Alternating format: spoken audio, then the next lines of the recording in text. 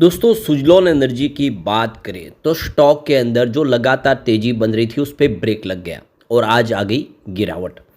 तो स्टॉक ने 48 से लगभग दौड़ना शुरू किया था, 58 को क्रॉस किया। काफ़ी कम समय में 10 रुपये से ज़्यादा का जंप देखने को मिला और ऐसे में शॉर्ट टर्म इन्वेस्टर ने यहाँ पे प्रॉफिट बुक करना ही मुनासिब समझा, क्योंकि ये जो तेज़ी है इस पर अभी सबको भरोसा हो नहीं पा रहा है। जो स्टॉक पिछले दिनों काफ़ी अच्छा किए उनमें प्रॉफिट बुकिंग आ गई है। अब आप देख ही सकते हो कि बाज़ार बहुत ज़्यादा दौड़ रहा है और एक तरफा तेज़ी बनी हुई है। सोमवार से फ्राइडे का दिन है। अब आप देख दो कि पिछले 5 ट्रेडिंग सेशन में काफ़ी ज़बरदस्त तेज़ी बन गई है, लेकिन अभी भी जो रिटेल इन्वेस्टर है वो भरोसा कर नहीं पा रहे इस तेज़ी पे और इसी वजह से यहाँ पे बिकवाली हो गई। अब यहाँ पे तमिलनाडु से काफ़ी बड़ी अपडेट निकल के आ रही है जिसको इस वीडियो के माध्यम से डिस्कस करेंगे। इसके अलावा एक अपडेट चाइना से भी निकल के आ रही है जिसको जानने की कोशिश करेंगे। इसके अलावा कंपनी की आगे की संभावनाओं को तलाशेंगे। सुजलॉन एनर्जी इंडिया की सबसे बड़ी विंड एनर्जी सेक्टर की कंपनी है जो 2017 से सोलर सेक्टर में एंट्री कर चुकी है।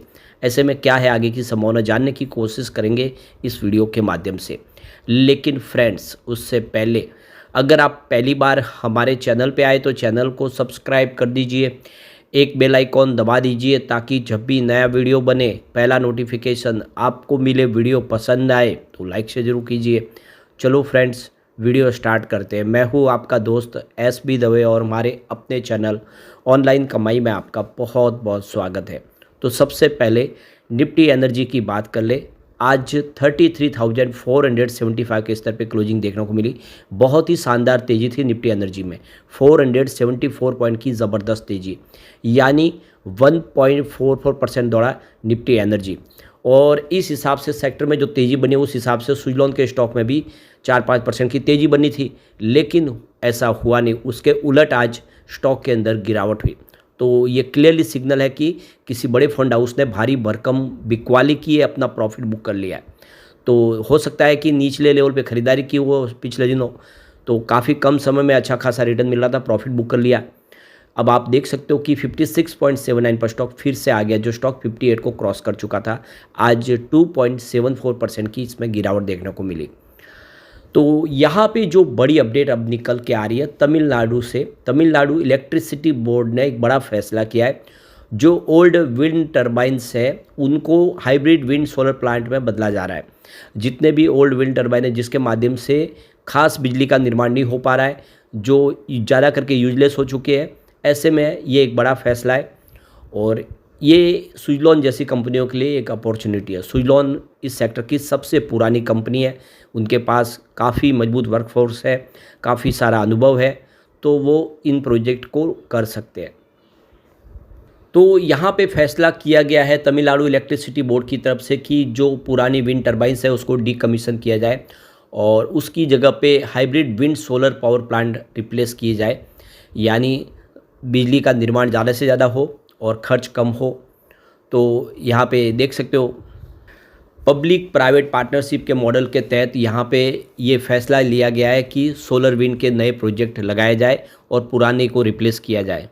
तो वो विंड टर्बाइन जो 1986 से लेके 1993 के बीच में लगाई गई है, जो अब उतने काम के नहीं रह गए हैं, उनकी एफिशिएंसी बहुत कम हो चुकी है, टेक्नोलॉजी पुरानी हो चुकी है।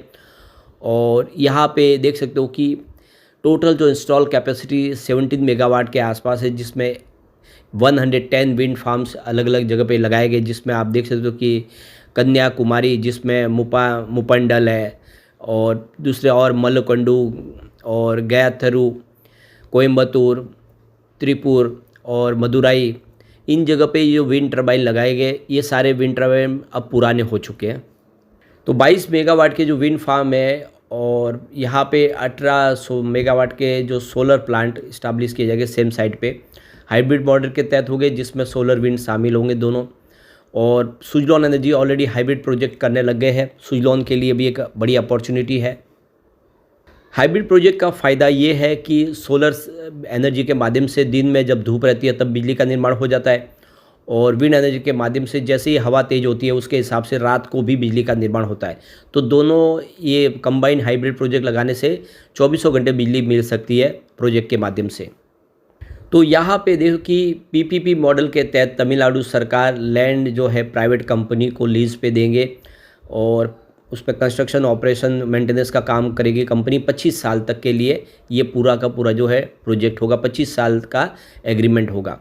तो इलेक्ट्रिसिटी बोर्ड इस बिजली को परचेस करेगी उनसे। तो अब आप देख सकते हो कि एक अच्छी संभावना तमिलनाडु से दिखाई दे रही है। ऐसे ही अलग अलग और जो राज्य है सरकार वहाँ पर भी कोशिश कर रही है कि जो पुरानी जो विंड टर्बाइन है उसको बदला जाए। तो ये जो फैसला लिया गया इसके पीछे कुछ वजह है, कुछ प्लस पॉइंट है, जिसमें अगर आप देखें तो जो हाइब्रिड प्रोजेक्ट की वजह से सोलर और विंड पावर के माध्यम से स्टेबल एनर्जी आउटपुट मिल सकता है। कॉस्ट सेविंग है, आप देखें तो इसका जो इंफ्रास्ट्रक्चर है वो कैपिटल एक्सपेंडिचर को काफ़ी कम कर देगा, सस्टेनेबिलिटी रहेगी। तो पुरानी विंड टर्बाइन की जगह पे नई टेक्नोलॉजी के माध्यम से ज़्यादा से ज़्यादा बिजली का निर्माण हो पाएगा। तो इन सब की वजह से तमिलनाडु सरकार ने ये फैसला किया है। एक जो बड़ी अपडेट निकल के आ रही है चाइना से। चाइना ने एक सबसे बड़ी यानी करीब 133 मीटर लंबी और 67 टन की विंड टर्बाइन ब्लेड को सक्सेसफुली लोड कर दिया है शिप के ऊपर।